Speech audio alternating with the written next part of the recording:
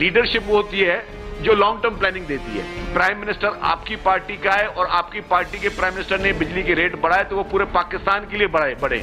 और आप सिर्फ बोलेंगे जी हमने अगर 45 अरब से आप उसको अब ताने भी दे रहे हैं कि जी हमने अपने पैसों से जो है वो हुकूमत के पैसों से बिजली कम की है, आप भी कर लें। चीफ मिनिस्टर साहबा की तकरीर सुनी, मुझे बहुत अफसोस हुआ। काउंटर तकरीर इससे शायद ज्यादा सख्त मैं भी कर सकता हूं। पंजाब ने अपने फंड से ये 2 महीने की रिलीफ मुहैया किया पंजाब के अवाम के लिए, जिसका वफाक का कोई लेना देना नहीं। बाकी सूबाई हुकूमतें भी बड़े शौक से ये सहूलत मुहैया करें, हमें बड़ी खुशी होगी। लेकिन इसके ऊपर सियासत करना, पॉलिटिक्स करना, मैं समझता हूँ कि हमें उससे परहेज करना चाहिए। बिस्मिल्लाहिर्रहमानिर्रहीम, अस्सलाम वालेकुम नाज़रीन। बिजली बिलों में रिलीफ के मामले पर पंजाब और सिंध हुकूमतों के दरमियान लफ्जी जंग शिद्दत इख्तियार कर गई। पीपल्स पार्टी की चेयरमैन बिलावल भुट्टो जरदारी के चैलेंज पर आज प्राइम मिनिस्टर शहबाज शरीफ साहब भी मैदान में आए। वफाकी काबीना के इजलास से उन्होंने जब खिताब किया तो उन्होंने ये वजाहत की कि बिजली बिलों में रिलीफ के मामले पर वफाक का कोई किरदार नहीं। पंजाब हुकूमत अपने वसाइल से बिजली सार्फिन को रिलीफ दे रही है। दूसरे सूबे सियासत से बाज रहे, हकाइक मस्ख ना करें, एहतियात से गुफ्तगू करें। उन्होंने ये भी कहा कि बिस्मिल्लाह करें और अपने सूबे के अवाम को रिलीफ दें। प्राइम मिनिस्टर ने पेशकश की कि वफाकी सूबाई हुकूमतों के साथ वफाक लॉन्ग टर्म प्लानिंग के लिए मुशावरत पर तैयार है। दूसरी तरफ वज़राए आला और सूबाई वज़रा के दरमियान भी जवाब अल जवाब का सिलसिला जारी है। गुज़श्ता रोज़ मुराद अली शाह ने बिजली के आर्जी रिलीफ के इक़दाम को पंजाब की बेवकूफ़ी कहा था। आज वज़ीर आला पंजाब मरियम नवाज़ ने इसका सख्त रद्द-ए-अमल दिया। उन्होंने वज़ीर आला सिंध पर तंज करते हुए ये कहा कि बिजली बिलों में रिलीफ को बेवकूफ़ी कहने वाले बताएं कि करप्शन का पैसा जेब में डालना बेवकूफ़ी नहीं है। मरियम नवाज़ के इस रद्द-ए-अमल पर सिंध के सूबाई सीनियर वज़ीर शर्जील मेमन उन्होंने भी जवाब दिया और नून लीग की दुखती नब्ज़ पर हाथ रखा और ये ताना दिया कि छोटे भाई ने बिजली के रेट बढ़ा दिए और बड़े भाई ने कम कर दिए। सिर्फ 2 माह बिजली बिलों में रिलीफ देने से क्या होगा? लीडरशिप वो होती है जो लॉन्ग टर्म सोचे और मंसूबे बनाए। उन्होंने कहा कि बेनज़ीर भुट्टो शहीद ने सस्ती बिजली के लिए थरकोल मंसूबा बनाया, नून लीग की हुकूमत ने आते ही वो मंसूबा बंद कर दिया। ये सारा मामला, इसी से मुतालिक आज का पहला बड़ा सवाल एक्सपर्ट्स के लिए। पंजाब और बाद के अवाम को बिजली के बिलों पर 2 माह का यह आर्जी रिलीफ। PMLN और पीपल्स पार्टी आपस में दस्तो गिरेबां। अवामी रिलीफ पर सियासी जमातों का तर्ज अमल, इस पर हम बात करेंगे कि क्या ये दुरुस्त है या नहीं। पैनल का तारुफ करवा दूँ। प्रोग्राम में मेरे साथ हैं अयाज खान साहब, आमिर इलियास राना साहब, फैसल हुसैन साहब, नवीद हुसैन साहब और मोहम्मद इलियास साहब। आप सबको खुश आमदीद। नवीद साहब, आपसे आगाज़ करी हूँ, चूँकि कल भी जब हम बात कर रहे थे तो ये बात ही थी मुश्तरका तौर पर तकरीबन कि ये बयान वज़ीर आला पंजाब को ये ऐलान करना चाहिए था, ना कि नवाज शरीफ साहब को। लेकिन अब मामला थोड़ा मुख्तलिफ है। पाकिस्तान पीपल्स पार्टी ज़ाहिर तनकीद कर रही है, वो समझती है कि लॉन्ग टर्म प्लानिंग होनी चाहिए, ये 2 माह का आर्जी रिलीफ नहीं होना चाहिए। वज़ीर आला पंजाब कहती हैं कि ये बेवकूफ़ी नहीं है, आप अपने प्रोटोकॉल पर ज़्यादा खर्च करते हैं तो आवाम को रिलीफ देना चाहिए। लेकिन जो हमारा बुनियादी सवाल नवीद साहब, अवामी रिलीफ पर चाहे वो आर्जी है 2 माह, इस तरह का तर्ज अमल सियासी जमातों का दुरुस्त है आपके ख्याल में? अच्छा दुआ देखें, सबसे पहले मेरे ख्याल में तो यानी ये रिलीफ के मामले से हट के भी देखा जाए तो मरियम नवाज़ साहिबा कुछ करती नज़र आ रही हैं। देखें, बाकी सूबों के मुकाबले में आप देखें तो वो वज़ीर आला पंजाब जो हैं वो नज़र आ रही हैं, वो मैदान में नज़र आ रही हैं, वो जा रही हैं, वो डिफरेंट यानी जो परफॉर्मेंस है उसको बेहतर बनाने की कोशिश कर रहे हैं। दूसरी तरफ अगर आप देखें जो KP के वज़ीर आला गंडापुर साहब हैं, उनको देखा जाए तो वो मेरे ख्याल में अभी तक उनको यकीन ही नहीं आ रहा कि वो जो है वो वज़ीर आला हैं, वो हिज़्ब इख्तिलाफ में नहीं है, क्योंकि उनकी मेंटालिटी और उनकी बयानबाजी वो यानी उनको चाहिए ये कि वो अपनी गवर्नमेंट के ऊपर तवज्जो दें, लेकिन वो सियासी बयानबाजी में अटके हुए हैं। यहाँ पे सिंध में देखा जाए तो सिंध में आप सिर्फ कराची की सड़कों पे, कराची में जितनी सी बारिश हुई है, अगर मेरे ख्याल में पंजाब में जितनी बारिश हुई है वो कराची में होती तो अब तक तो कराची का खुदा ही बेहतर जानता है क्या हाल होता। जितनी थोड़ी सी बारिश हुई है उसके बावजूद अंदरून सिंध को छोड़ दें, सिर्फ कराची की सूरत हाल देख लें, कराची के रोड देख लें, तो इससे सिंध की गवर्नमेंट की परफॉर्मेंस जो है वो सामने आ जाती है। बलोचिस्तान है, वहाँ तो सरफराज बुगटी साहब अल्लाह बेहतर जानता है कि वो क्या कर रहे हैं, कहाँ पे हैं, नज़र कहीं नहीं आ रहे। बलोचिस्तान में जिस तरह से बारिश से तबाही हुई है, सामने नज़र नहीं आ रहा कि क्या गवर्नमेंट क्या कर रही है। अच्छा, इसके ऊपर जो बयानबाजी शुरू की गई है दोनों तरफ से, तो मैं समझता हूँ ये एक नोरा कुश्ती है। इस मुल्क को, इसकी मईशत को यहाँ तक पहुँचाने में इन्हीं दो पार्टियों का किरदार है। आप देखें पीपल्स पार्टी, आप 60 की दहाई में देख लें, 60 और 70 की दहाई में पाकिस्तान की मईशत जो थी वो जनूबी एशिया में सबसे तेजी के साथ वो जो है वो आगे बढ़ रही थी। सही। आप उस वक्त देखें, बड़े मजे की बात है कि आप वर्ल्ड बैंक की रिपोर्ट देखें कि 1965 में पाकिस्तान की बरामदात जो थी वो इंडोनेशिया, मलेशिया, थाईलैंड, फिलीपींस और तुर्की की मजमूई बरामदात से ज्यादा थी। आप देखें कि 1960 और 70 की और 80 की दहाई में आपकी गुर्बत की शरह जो थी वो तकरीबन 18% आ गई थी, तकरीबन 40% के करीब के लगभग से। उसके बाद 90s में जब इन दो पार्टियों ने जो है वो बारियां लेना शुरू की, तो उसके बाद से देखें कि मुल्क के साथ क्या हुआ। सही। ये दोनों पार्टियां ही थी जिन्होंने बारियां ली और जो है आके मुल्क की मईशत के साथ जो खिलवाड़ किया। आप देखें कि आज जो है दोबारा गुर्बत यानी 18% पे 80 की दहाई में आती है और आज जो है दोबारा 40% जो है हम जो है वो गुर्बत पे पहुंच चुके हैं। फिर हमारी 80 की दहाई में ही हमारी पूरी जनूबी एशिया से हमारी जो जीडीपी ग्रोथ थी वो सबसे नीचे आ गई। तो ये एक दूसरे के ऊपर बयानबाजी करना, इल्जाम तराशी करना, भाई आप सभी ने मुल्क को इस नहज पे पहुंचाया है। तो एक दूसरे के ऊपर बयानबाजी करके पॉलिटिकल पॉइंट स्कोरिंग नहीं करनी चाहिए, अपनी परफॉर्मेंस बेहतर बनानी चाहिए। जी आमिर साहब, ये बात तो दुरुस्त है, पॉजिटिव क्यों नहीं सोचते कि अगर एक सूबा अच्छा काम कर रहा है तो उससे बढ़कर करना चाहिए। तो आपको क्या लगता है, जैसे बिलावल साहब आप सेहत की सहूलतों का मवाजना कर रहे हैं, तो पंजाब और सिंध का अगर कंपैरिजन किया जाए, आपका पॉइंट ऑफ व्यू क्या है, कौन सी इस वक्त बेहतर हुकूमत चल रही है? जब हमारी क्रिकेट टीम मुसलसल हारती है और फिर जो बात होती है ना कि जी ये जुआ खेलते हैं, तो हम कहते थे कि यार जुआ जीतने पे क्यों नहीं खेल लेते, हारने पे क्यों खेलते हो।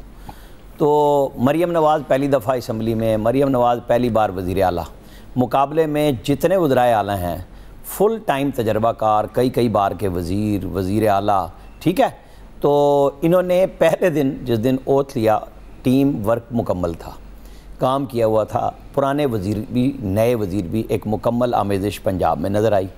तो प्रोजेक्ट्स अनाउंसमेंट, उनका फॉलो अप, उनकी तकमील, ये इन 4-5 महीने में जिस रफ्तार से इन्होंने काम किया ना, मेरा ख्याल ये है कि इसको सियासत से हट के गंडापुर साहब को आके देखना चाहिए। और जो मुराद अली शाह साहब बहुत ज़्यादा तजर्बाकार हैं, तो उनने जो काम लोग सिंध के तरस रहे हैं ना, जो इंफ्रास्ट्रक्चर, ठीक है हेल्थ पे बेपनाह काम हुआ है, कल बिलावल साहब ने कहा है, तमाम क्रेडिट पीपल्स पार्टी का, लेकिन ओवरऑल तो सिंध का इंफ्रास्ट्रक्चर तबाह हो चुका है ना। कराची से शुरू हो जाएं और बिल्कुल थर तक चले जाएं, वो 2-4 सड़कें दिखा देने से काम नहीं बनता। आप आम आदमी की माशी तरक्की के लिए काम करें। दूसरा है सूबों के वसाइल, भाई वसाइल के लिए आपके पास तमाम इख्तियार मौजूद है कि आप टैक्स इकट्ठा कैसे कर सकते हैं। होटलों से लेके किसी भी कारोबार में, हर शोबे में अगर आप मराहत ना दें तो पैसे तो बनते हैं, पैसे बनते हैं तो लोगों पे लगते हैं। अब अगर 45 अरब रुपए की मरियम नवाज़ ने सब्सिडी दी है आम आदमी को, जिसके अंदर ये तखसीस नहीं की गई कि ये उस पार्टी का है, ये उस रीजन का है, ये उस ज़िले का है, वो सब के लिए कर दिया। तो भाई मुकाबला यही होना चाहिए कि सेहतमंद मुकाबला हो कि जी हम ये कर रहे हैं। दूसरा, बिलावल ने ठीक कहा है ना कि वो हेल्थ पे अगर वो चौथा साइबर नाइफ वाला उन्होंने काम किया है तो उसकी तारीफ़ होनी चाहिए, लेकिन ओवरऑल आप सब चीज़ों को देखना चाहिए कि वहाँ पे जो एक सिस्टम कहते हैं ना करप्शन का, बहुत बड़ा बना हुआ है। तो उसकी मिथ तोड़े ना मुराद अली शाह साहब, उसके ताने बाने कहाँ पे जाते हैं। आप सितारा इम्तियाज़ नहीं, हिलाले पाकिस्तान ले लें उस बुनियाद पे, मुझे तो कोई मसला नहीं है कि भाई आप लोगों को काम करें, लेकिन ये जिस मामले में सिंध जकड़ा हुआ है और केपी के अंदर अब आप देखें यूनिवर्सिटियाँ बेचने पे आए हुए हैं, वहाँ पे तनख्वाह के पैसे नहीं हैं। आप जो बिजली चोर हैं उनके पैसे कहते हैं विफाक से कि जी हम उनके पे करेंगे। भाई जो यूज़ कर रहा है, बिल दे रहा है, रियायत तो उसको मिलनी चाहिए। चोरों को किस चीज़ की रियायत, वो तो कर ही चोरी रहे हैं। तो मुकाबला इस चीज़ का होना चाहिए। सरफराज भुट्टी का मैंने कल भी ये बात कही थी कि वहाँ सिर्फ बड़े ज़मींदारों के लिए बात होती है, बड़े बड़े जो पथारेदार हैं उनके लिए सारी मराद पैकेज बनते हैं। तो इस पाकिस्तान का अलमिया भी तो यही है ना। तो सारे मिल के सोचें कि निकलें। आज अगर शहबाज शरीफ की बात हो रही है तो उसने वजाहत इसलिए दी है कि भाई उन्होंने जो 50 अरब रुपए की सब्सिडी दी वो सारे पाकिस्तान में हर उस गरीब आदमी को दी जो गुर्बत की इंतहाई सतह पे बैठा हुआ है। तो उसको उन्होंने संभाला। फिर जो ये बात शर्जील मेमन कर रहे थे अभी कि जी पायदार तो उन्होंने किया ना पंजाब के लिए, कम से कम कि वो सोलर देने जा रहे हैं, गरीब आदमी को बिल्कुल मुफ्त दे रहे हैं 200 यूनिट वाले को, और उससे ऊपर आप बिला सूद दे रहे हैं। तो आए ना मुकाबले में तीनों सूबे लेके आए आम आदमी के लिए। भाई खवास के लिए तो सारे भागते हैं, उनके लिए पैकेजेस ढूंढते हैं, उनके लिए डॉलर में मरात होती हैं, एक्सपोर्ट में मरात होती है। ये है वो मसला जिसका मरियम नवाज से लोगों को सीखना चाहिए। सही जी अयाज साहब, फिर जो वाकई मरियम नवाज से क्या आपको लगता है कि इनको सीखना चाहिए? और ये जो मुकाबला हो रहा है, अब हनीफ अब्बासी ने भी कहा जी आप रावलपिंडी के अस्पताल देंगे, मतलब आम आदमी को क्या मिल रहा है? क्या उससे इनको कोई कंसर्न है?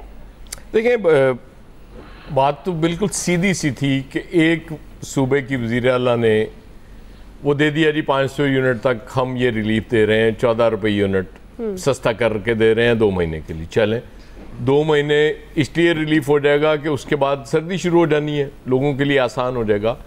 अब इसके बदले में आपको क्या लेके आना चाहिए था? आप 3 महीने के लिए कर देते, या 14 की बजाय 16 रुपये कर देते यूनिट। पता चलता कि जी आप बताते कि ये देखें ये हमारा सूबा ये पंजाब से आगे जा रहा है। असूलन तो यही होना चाहिए था, बजाय इसके कि आप कहते कि जी को मुस्तकिल वो चीज़ होनी चाहिए थी, ये होना चाहिए था, वो नवेद साहब तो कराची की बात कर रहे हैं, मैं तो सक्खर के हालात देख के परेशान हो गया। कराची तो चले निगलेक्टेड चाइल्ड पीपल्स पार्टी के लिए, सक्खर तो उनका सबसे बड़ा शहर है सिंध का कराची के बाद, लेकिन उनके लिए जो सबसे बड़ा चले वो शहर है, उसका मैं हैरान हुआ था। वहाँ जो हालत है और डूबा हुआ है, आप यकीन करें मुझे सिंध के कुछ शहरों में अगर मैं अब जाना होता है ना मुझे, तो मुझे बचपन के अपने ये छोटे छोटे शहर पंजाब के याद आ जाते हैं। उस तरह के हुआ करते थे उस दौर में, जैसे सिंध के शहर अब भी हैं, लेकिन इसके बावजूद अल्लाह ताला जिंदा रखे भुट्टो को, चूँकि भुट्टो जिंदा है इसलिए वोट मिल जाता है, उनको फ़र्क नहीं पड़ता उस चीज़ से। लेकिन ये मुकाबला बिल्कुल गलत है। प्राइम मिनिस्टर साहब भी देर आयत दुरुस्त आयत वाली बात है, उनको पहले दिन ये वजाहत करनी चाहिए थी कि हुजूर हमने तो पूरे मुल्क के लिए फेडरल गवर्नमेंट ने 200 यूनिट तक वो जो रिलीफ देना था दे दिया, अब पंजाब अपने वसाइल से दे रहा है, बाकी सूबे भी आए बिस्मिल्लाह करें। बिल्कुल आज उन्होंने कहा, ये उन्हें पहले दिन बात करनी चाहिए थी, क्योंकि तनकीद मैंने कल भी अर्ज की थी कि जब वो लोग तो बात सुनिए जो लोग मुआवजा करते हैं ना कि जी चचा की हुकूमत फेडरल गवर्नमेंट की है और भतीजी की है, इसलिए शायद ये मामला हो गया, इसलिए मुश्किल हो जाता है। मैं समझ सकता हूँ देना, कुछ चीज़ें मुझे हमेशा से रही हैं, मैं उसका नाक़िद रहा हूँ। मैं कहता हूँ जिस दौर में मोटरवे बनी थी नहीं बननी चाहिए थी, हेल्थ और एजुकेशन पे पैसे लगने चाहिए थे। अब भी मुझे पंजाब गवर्नमेंट की एक वो समझ नहीं आती है एयर एम्बुलेंस की। भाई आपके सरकारी अस्पतालों में जगह नहीं है मरीजों के लिए और आप एयर एम्बुलेंस शुरू कर रहे हैं। आप अस्पताल नए बना लेना, उनको वो एक्सपैंड कर लें। वो एक मोहसिन नकवी साहब जब निगरान वज़ीर आला थे, उन्होंने वो रंग रोगन सीधा 15 करके कहा जी देखें क्या कर दिया, रेनोवेशन कर दिया। ये इन चीज़ों से वो मामला ठीक नहीं हुआ करते। आप मतलब ये जो काम किया है 200 यूनिट चलें, 500 यूनिट 2 महीने के लिए किया, ये बहुत अच्छा इकदाम है। इससे पता चलता है कि आप आम आदमी की फिक्र है आपको, क्योंकि जो हालत हुई भी आपकी सियासत की उसको रिवाइव करना है, तो इस तरह की और बहुत सी चीज़ें करनी पड़ेंगी। लेकिन बाकियों की मुझे तनकीद की समझ नहीं आ रही। भाई मैदान में आके मुकाबला करो, 16 रुपये यूनिट सस्ता कर दो या 3 महीने के लिए कर दो, हम आपको सैल्यूट करेंगे कि बाकी आपको भी अपने सूबे के लोगों की फिक्र है। जी फैसल साहब, ये बिलावल भुट्टो साहब तो चैलेंज दे रहे हैं पंजाब हुकूमत म्यारी अस्पताल बनाने का, और वो कह रहे हैं कि मुराद अली शाह साहब को भेज देता हूँ, उस लेवल का हॉस्पिटल बन जाएगा। अच्छी बात है अगर वो सेहत की सहूलियात सिंध में दे रहे हैं, लेकिन अब अगर पंजाब कोई बिजली के बिलों में रिलीफ देने जा रहा है, तो क्या आपको लगता है कि शर्जील मेमन साहब भी कह रहे हैं और वज़ीर आला सिंध ने भी बात की, क्या ये बनती, ये सिर्फ सियासत है या वाकई वो सिंध में बेहतर काम कर रहे हैं आपके ख्याल में?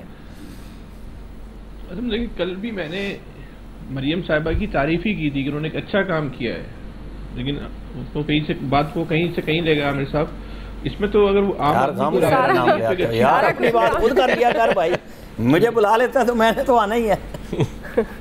आप ध्यान में रखें आज आमिर साहब लाहौर बैठे हुए। अब बात अच्छा आज तो ज़्यादा खतरनाक होंगे। आज अयाज साहब और आमिर साहब भाई ज़्यादा ध्यान करना आज जी। अब जो रट्टा लगाया ना रिकॉल करो। आज पूरी टीम एक साथ है, एहतियात से बात करनी है। देखिए बात ये है बात ये है, इस बात को समझना होगा, हमारा अलमिया क्या है, जिस मुल्क का जो बिजली का बहरान है, ना हम उस बहरान को समझने को तैयार है, ना उसके हल की तरफ जो है हम कोई संजीदा कोशिश करने को तैयार है। इस बहरान है क्या, जो कैपेसिटी चार्जेस है, ये किस बला का नाम है, और ये अजाब आया क्यों है इस मुल्क के ऊपर? ये जो पूरा मुल्क जो है वो कैपेसिटी चार्जेस के नाम पे कैपेसिटी ट्रैप का शिकार हो गया है, ये क्यों हुआ है? इसका जिम्मेदार कौन है? इस वक्त पाकिस्तान की जो बिजली की रिक्वायरमेंट है वो 30,000 मेगावाट है।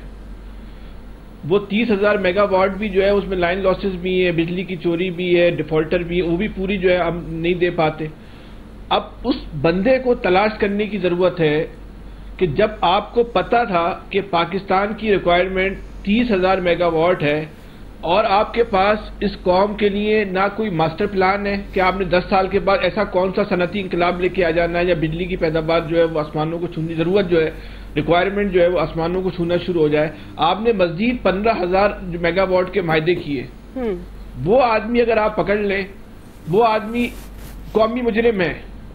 उस आदमी ने उसको जो भी वो लोग थे, वो लोग हैं जिन्होंने हमारी खुशियां छीनी है, हमारे बच्चों की ख्वाहिशात का कत्ल किया है। अगर वो 15,000 मेगावाट के इजाफी मेगावाट के मायदे नहीं किए जाते तो आज इस मुल्क के अंदर ये बहरान नहीं होता। और ये मायदे कब हुए? अच्छा, कैपेसिटी चार्जेस देखें, इसको समझें। ये हम सारा मलबा गिरा देते हैं कि ये 40 खानदान ने तबाही मचा दी। भाई 40 खानदान नहीं है कैपेसिटी चार्जेस वाले, 45% कैपेसिटी चार्जेस जो है वो गवर्नमेंट ऑफ पाकिस्तान लेती है। कोई बात ही नहीं करता। वो 40 खानदान नहीं है। 35% जो है कैपेसिटी चार्जेस जो है वो सीपैक के मायदे के तहत जा रहे हैं, वो 40 खानदान नहीं है जी। 15% जो कैपेसिटी चार्जेस जो है वो पाकिस्तान के ताजरों सनतकारों को जा रहे हैं। और ये बहुत गैर मकबूल बात है जो मैं कर रहा हूँ कि उन लोगों ने इस कौम पर, इस मुल्क पर एहसान किया है। इस मुल्क में सरमायाकारी करना, बिजनेस करना आसान काम नहीं है।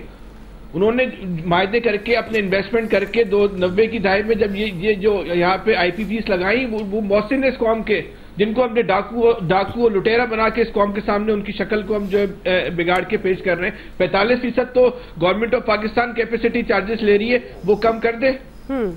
ये मायदे हुए 2014, 15, 16 में। किन लोगों ने मायदे किए? बहुत आसान है ना, कोई इसमें फार्मूला ही नहीं है, कोई इतनी बड़ी साइंस नहीं है, कोई रॉकेट साइंस नहीं है। इनको पकड़ लें कि भाई जब 30,000 की जरूरत थी, आपने 15,000 मेगावाट के इजाफी जो मायदे किए, उसके पीछे आपके कौन से मकासद थे जिनकी वजह से आज हम और आप भुगत रहे हैं? वो उसका जो है, क्योंकि उस वक्त डॉलर का रेट इतना ज्यादा नहीं था तो इतना खलता नहीं था, इतना वजाब नहीं लगता था। अब ये कहते हैं कि अब किसी भी सियासी जमात के पास, अगर आप हुकूमत की बात करें ना, ऐसा नहीं होगा कि हुकूमत कोशिश नहीं कर रही होगी कि बिजली के नर्ख कम करें, क्योंकि इसकी तो मुस्लिम लीग नून की तो पूरी सियासत ही जो है वो दाव पे लग गई ना बिजली के नर्ख की वजह से। वो तो पहले ही लग गई थी। चले अब जो रही से सियासत भी है वो इस बिजली के नर्ख की वजह से दाव पे लग गई ना। वो पूरी कोशिश कर रही होगी कि किसी तरह इस बहरान से निकले, लेकिन नहीं निकल सकते आप। और क्यों नहीं निकल सकते? आपकी बिजली पैदा हो रही है, उसकी अक्सर जो मेजर मेगावाट पैदा कर रहे हैं आप इंपोर्टेड ऑयल के ऊपर, जो डॉलर से जो है जोड़ा हुआ है। डॉलर का रेट कम हो नहीं सकता। आप मजीद जो है इस मुल्क के अंदर जो है वो कारोबारी माहौल नहीं है कि सनतें लगा दें। सनतें जो लगी हुई है वो बंद हो रही है, तो बिजली 45,000 मेगावाट आपकी जो है इस्तेमाल नहीं हो सकती। ना डॉलर का रेट कम हो सकता है, ना जो 45,000 की आपकी सलाहियत है वो पूरी की पूरी आप बरोकार लाके जो उसको इस्तेमाल कर सकते हैं। तो ये अजाब तो आपने झेलना है। सही। और आने वाले वक्तों में मजीद इसलिए झेलना है कि आपकी इंडस्ट्रीज जो है वो तेजी के साथ जो है ना बंद होना शुरू हो गई। उनकी इस्तेदाद नहीं रही कि इस रेट के ऊपर जो है बिजली बना सके। ये मेगावाट जो है मजीद बढ़ेंगे और ये कैपेसिटी चार्जेस इनको जो है ना मजीद जो है वो बढ़ाने पड़ जाएंगे। कोई मामूली नौयत का भी देखें इनके पास हल नहीं। ये संजीदा बात यह है कि इस हुकूमत की नीयत का मसला नहीं है। ठीक है, हुकूमत के पास हल ही नहीं है इस मसले को, इस बहरान से जो है ना निकालने का। जी आप जो है वो इतने बड़े पैमाने पे पाकिस्तान में जो है सनती इंकलाब लेकर आ जाएं, डॉलर की रेट कर दें, अपनी एक्सपोर्ट को बढ़ा दें, आपका डॉलर नीचे आएगा, आपकी जो है कैपेसिटी चार्जेस कम हो जाएंगे।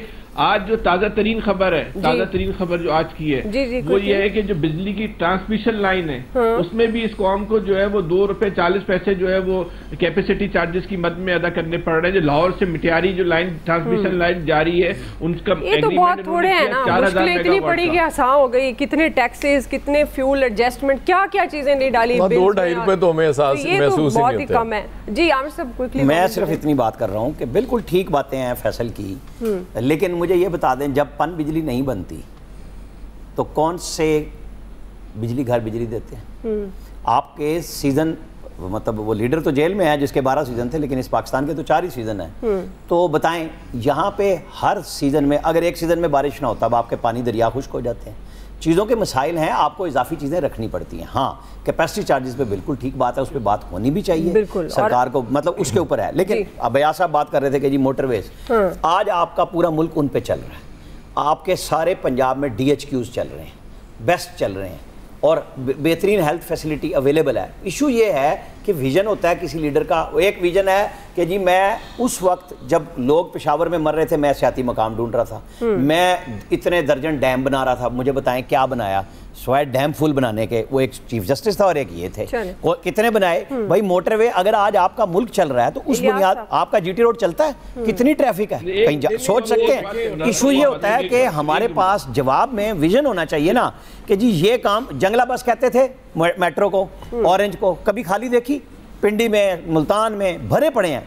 लोगों के लिए सहूलत चाहिए, जब मिले उसे अवेल करें और बढ़ाएं, मुतालबा करें, बजाय या तो ये कहना आज भी जितने साल हो गए मोटरवे खाली पड़ी है। नहीं, उसका मैं जवाब देता हूँ ना, आपको 2 चलाने की जरूरत नहीं थी, एक अंडरग्राउंड बनाते तो मसला हल हो जाना था। लेकिन उसमें 30 करोड़ रुपए सिर्फ उसकी कंसल्टेंसी में खाली है और वो बना ही नहीं। ये बना दिया ना कि नजर आएगा, इस तरह नहीं, विजन ये भी नहीं होता। एक बात सुनने ना, आपकी प्रायोरिटीज भी ठीक होनी चाहिए। जो सियासी लीडरशिप है उसके विजन की कमी का तो खुमियाजा आज हम भुगत रहे हैं। आपकी जो मैक्सिमम बिजली खर्च होती है वो जून जुलाई के महीने में खर्च होती है, वो 30,000 मेगावाट है। आपने 45,000 के मायदे क्यों किए? और जेल वाले लीडर ने एक दफा कहा था कि बिजली इतनी ज्यादा बनाने की जरूरत नहीं थी, चढ़ दौड़े थे ये नून लीग वाले सारे उस पे। मुझे अभी तक याद है। अवामी रिलीफ से मुताल्लिक बयान और बयानबाजी जो जारी है, आप समझते हैं ये दुरुस्त तर्ज अमल?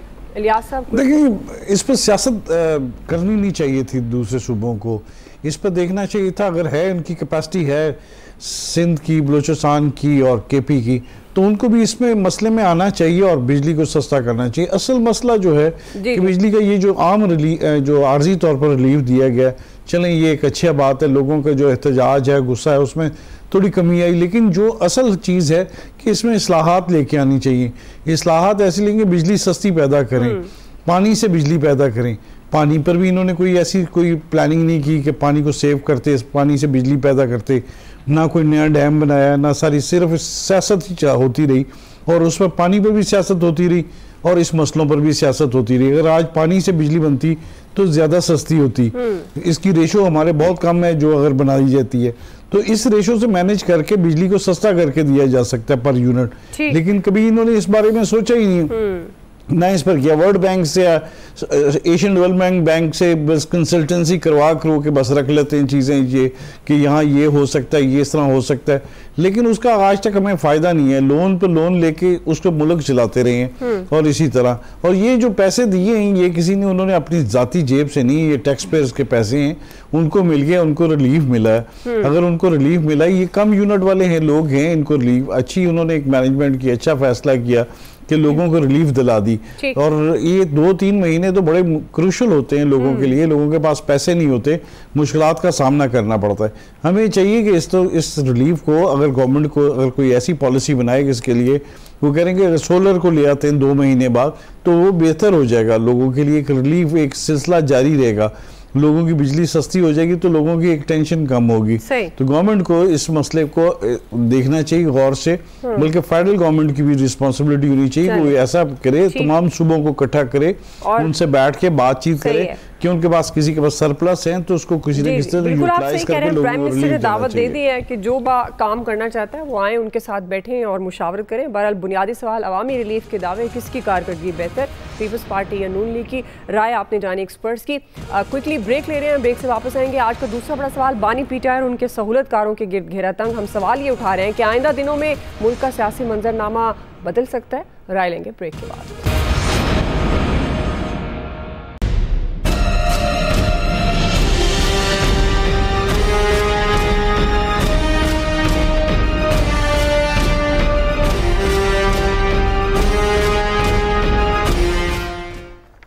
नाज़रीन, बानी पीटीआई की मुश्किलात में मुसलसल इजाफा देखने में आ रहा है। नैब ने साबिक वज़ीर आज़म और उनकी अहलिया बुशरा बीबी के खिलाफ नया तोशाखाना रेफरेंस दायर कर दिया है। इसी तरह से गैर कानूनी तौर पर अब ये इल्ज़ाम है कि कोई ज्वेलरी सेट था जो उन्होंने अपने पास रखा। दूसरी तरफ बानी पीटीआई के मुबैना सहूलतकारों के गिरद भी घेरा तंग हो गया। साबिक प्राइम मिनिस्टर की पैगाम रसानी और सहूलतकारी के इल्ज़ाम में अडियाला जेल के मजीद 6 मुल्ज़मान हैं जिन्हें गिरफ्तार किया गया। हिरासत में लिए गए जेल मुल्ज़मान में 3 खवातीन भी हैं और CCTV कैमरास की निगरानी करने वाले एहलकार भी शामिल हैं। ज़राए का ये बताना है कि खवातीन स्टाफ जेल में बुशरा बीबी और बानी पीटीआई के दरमियान पैगाम रसानी करते थे, जबकि हिरासत में लिए गए मुलाजमीन के मोबाइल फ़ोन भी कब्जे में ले लिए गए हैं। मगर बानी पीटीआई कहते हैं कि उनका मुकदमा फ़ौजी अदालत में चलाने के लिए ये ड्रामा रचाया जा रहा है जिससे कोई फ़ायदा नहीं होगा।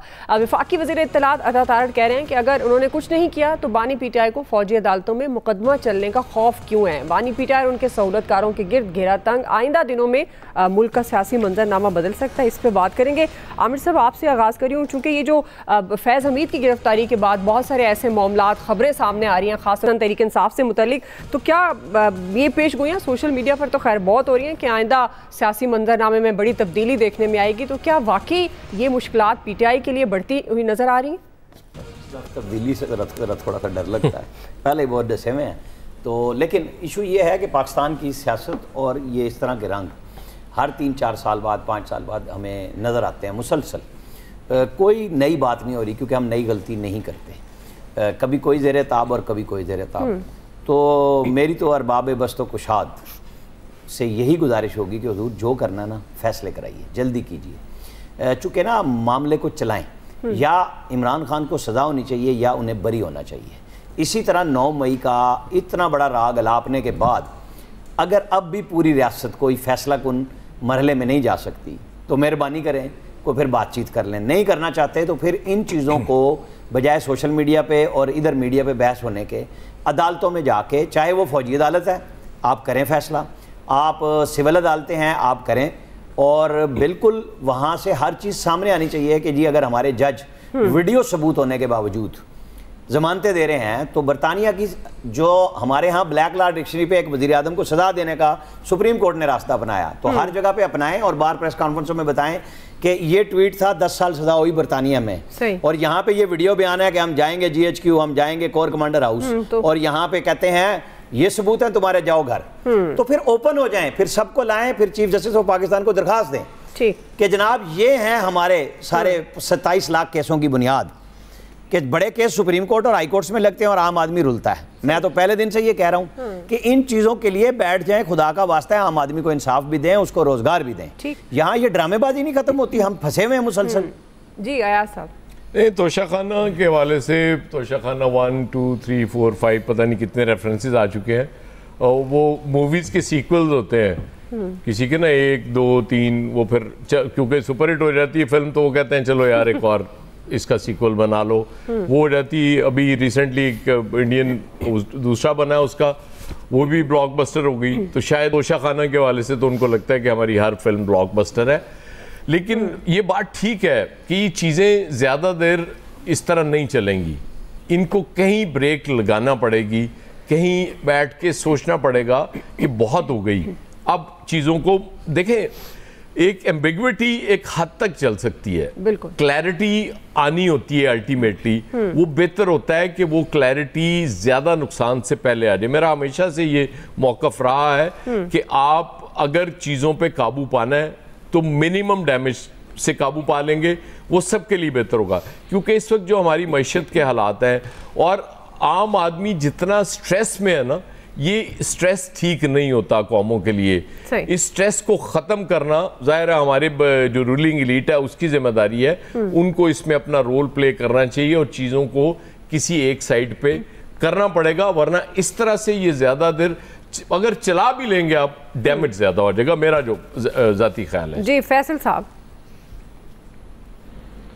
असल में जो इमरान खान के हवाले से या अडियाला के हवाले से जो फैज़ हमीद साहब की गिरफ्तारी के बाद जो इंकशाफात का जो सिलसिला शुरू हुआ है वो इस्लामाबाद और लाहौर में तो है ही, लेकिन उसके बहुत सारे ताने बाने जो हैं वो कराची में भी आके मिलना शुरू हो गए, जो एक हैरत अंगेज़ बात भी है। या जैसे अफसार आलम साहब ने इंकशाफात की है, फिर जस्टिस शौकत सिद्दीकी साहब ने जो है वो इंकशाफात की है।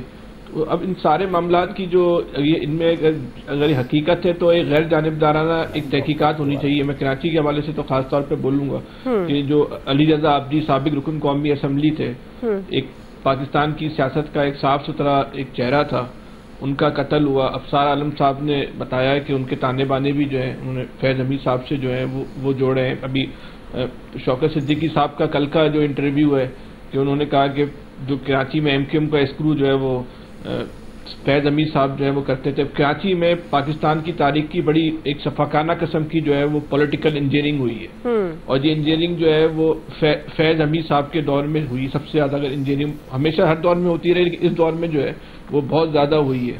पॉलिटिकल इंजीनियरिंग कहने को तो बहुत एक सादा सा लफ्ज़ है, लेकिन जब पॉलिटिकल इंजीनियरिंग जो बेसिकली जो होती है वो लोगों के जो मैंडेट होता है, जो एक अवामी कुव्वत होती है, उस पर ताले लगाए जाते हैं, उस मैंडेट को जो है वो छीना जाता है। लोगों की सोच पे पैरा बिठाना जो है वो है पॉलिटिकल इंजीनियरिंग। अगर इस दौर में पॉलिटिकल इंजीनियरिंग हुई है तो बताया जाए कि कितने बड़े शहर में जो 3-4 करोड़ आबादी का शहर है, उस पॉलिटिकल इंजीनियरिंग का क्या जवाब था। और वो जो पॉलिटिकल इंजीनियरिंग हुई वो अब रिवर्स इंजीनियरिंग होगी या नहीं होगी, जब इस बात को तय कर लिया गया है। इस्लामाबाद के दानिश्वरों ने, लाहौर के दानिश्वरों ने इस बात को कह रहे हैं कि भाई यहाँ पॉलिटिकल इंजीनियरिंग हो रही थी, तो अब क्या उस पॉलिटिकल इंजीनियरिंग को लेके हमने मजीद चलना है? हम अपनी गलतियों से सबक सीखेंगे या नहीं सीखेंगे? क्या वो जो पॉलिटिकल इंजीनियरिंग हुई थी उसको अब रिवर्स इंजीनियरिंग होगी, उसको खत्म किया जाएगा या नहीं किया जाएगा? या जो इंजीनियरिंग जिसको आज हर आदमी कह रहा है कि गलत काम हुआ है, उस दौर में जो फैज़ हमीद ने कराची के अंदर पॉलिटिकल इंजीनियरिंग की, तो क्या आप उसको खत्म करेंगे या नहीं करेंगे? इसका जवाब इस शहर के लोगों को चाहिए। सही है जी। क्विकली ब्रेक से वापस आएंगे, यही सवाल हम नवीद साहब और इलियास साहब का टेक लेंगे। हमारे साथ रहिए। वेलकम बैक नाज़रीन। जी नवीद साहब, आपको क्या लगता है सियासी मंजरनामा कोई तब्दीली होगा, या जिस तरह से पहले बात हो रही है, आमिर साहब, एयाज साहब, फैसल साहब बात कर रहे हैं कि मामलात को अब वक्त आ गया है हतमी अंजाम तक पहुँचाएं, अगर कुछ मामलात इस तरफ हैं तो वाकई वो वाज़े तौर पर सामने आने चाहिए? नवीद साहब। अच्छा देखें, मंजरनामा, सियासी मंजरनामा तो 2022 में ही तब्दील हो गया था। अभी क्या ही अच्छा होता कि हमारे इंफॉर्मेशन मिनिस्टर साहब जो हैं वो हुकूमती तर्जुमान होने के नाते वो हमें मीडिया को ब्रीफ कर रहे होते कि गवर्नमेंट की कारकर्दगी के ऊपर कि गवर्नमेंट क्या कर रही है, मईशत को बेहतर करने के लिए क्या कर रही है। लेकिन इंफॉर्मेशन मिनिस्टर साहब आते हैं, वो मीडिया पे बैठ के कभी PTI पे बैन लगाने का शोशा छोड़ते हैं, मीडिया को एक टॉकिंग पॉइंट मिल जाता है, अखबारात में अपनी सुर्खियाँ छपवा लेते हैं, कभी आके PTI के गैर मुल्की दुश्मन ममालिक के साथ जो है ताल्लुकात के ऊपर जो है वो बयान दे देते हैं, और उससे मीडिया को एक टॉकिंग पॉइंट मिल जाता है और उनकी सुर्खी जो है वो अखबारात में आ जाती है। रीज़न मेरे ख्याल में ये है कि गवर्नमेंट के पास दिखाने को, कारकर्दगी दिखाने को तो कुछ भी नहीं है, और यही वजह है कि वो इस तरह के डाइवर्जनरी टैक्टिक्स के ज़रिए असल मसाइल से तवज्जो जो है वो, या हुकूमत की परफॉर्मेंस के से तवज्जो हटाने के लिए इस तरह के शोशे छोड़ रहे होते हैं। ये जो भी है, जो भी केसेस हैं, अदालतों को करने दें डिसाइड, आप छोड़ दें, आप अपनी कारकर्दगी के हवाले से मीडिया को जो ब्रीफ करें। इस वक्त जिस तरह के हालात हैं, तो जैसे मैंने कहा कि गवर्नमेंट के पास अपनी कारकर्दगी दिखाने के लिए कुछ नहीं है। आपके कर्जे जो हैं वो तकरीबन 85 खरब रुपए के करीब आपके कर्जे आपके ऊपर जो है वो चढ़ चुके हैं। इसके अलावा आप कह रहे हैं कि जी बाहर से इन्वेस्टमेंट आएगी, बाहर से इन्वेस्टमेंट तो छोड़ें, अभी पिछले जुम्मे को पाकिस्तान बिजनेस काउंसिल की रिपोर्ट आई है कि पाकिस्तान से मल्टीनेशनल कंपनीज जो हैं वो अपने ऑफिसेज बाहर मुंतकिल कर रही हैं, और Dubai chamber of commerce and industry की जो रिपोर्ट आई है उसके मुताबिक तो तकरीबन 4000 के करीब कंपनियां जो हैं वो जनवरी से लेके जून 2024 के बीच में वहां पे रजिस्टर हुई हैं। तो कारकर्दगी दिखाएं, छोड़ें ये कि भाई बयानबाजियां इनको छोड़ें। जी नवीद साहब, लेकिन अब आप सही फरमा रहे हैं, बट है बड़ी ये आइडियल सिचुएशन कि ये कारकर्दगी पर बात करें और अपनी यही बयानबाजी से तो हुकूमतें अनफॉर्चुनेटली हमारे मुल्क में चल रही हैं। जी इलियास साहब, आप किस तरह से इन मामलात को देख रहे हैं, ख़ासतौर पर फैज़ हमीद की गिरफ्तारी के बाद जो बानी PTI पाकिस्तान तहरीक इंसाफ की पोजीशन है? देखिए उसके बाद तो जो गिरफ्तारी हुई उसके बाद तो अब मुख्तलिफ ये जो हैं हमारे सियासतदान वगैरह पेशन गोइयाँ वगैरह कर रहे हैं कि जी अब तो PTI का जी बोरिया बिस्तर गोल हो रहा है, इस तरह की जो बातें की जाती हैं वो देखने में ये तो अभी सूरत हाल ऐसी तो बिल्कुल नहीं नज़र आ रही, क्योंकि एक सियासी पार्टी है, मुल्क में उसका वजूद है, तो बिल्कुल ऐसी चीज़ें तो चल रही हैं। लेकिन गवर्नमेंट को चाहिए कि जो असल हकायक हैं उस पर बनाए, केस बनाए। ये ना हो कि बाद में उनकी ज़मानतें होती दिखाई दे रही हैं जो केसेस की ख़त्म होती। तो अगर एक्चुअल है तो बजाय टाइम ज़ाया करने का इस काम को किसी और जगह लगाएं। टाइम को बेहतर है कि केस अगर उन्होंने कुछ किया है, गलत हुआ है, तो उसको हकायक की बुनियाद पर देखा जाए। उसके जो केसेस वगैरह जैसे हैं, आज रेफरेंस भी दायर हो गया 1, 2, 3 और इस तरह की रेफरेंस दायर करने के जो जैसे उसके पार्ट्स लेके आ रहे हैं कि इतना बड़ा तोशे खाने का कि जो केसेस हैं, तो फिर तो वो सारे केसेस भी जो खुले जिन लोगों ने ली ये चीज़ें और सस्ती ली या जो जिस तरह भी ली, तो फिर उनका एहतसाब का फिर एक मेयार बनाया जाए जिसके मेयार के मुताबिक पॉइंट आ गया जी, वक्त खत्म हो। सबका बहुत शुक्रिया। आज के एक्सपर्ट से इतना ही, ख्याल रखिए, अल्लाह हाफिज़।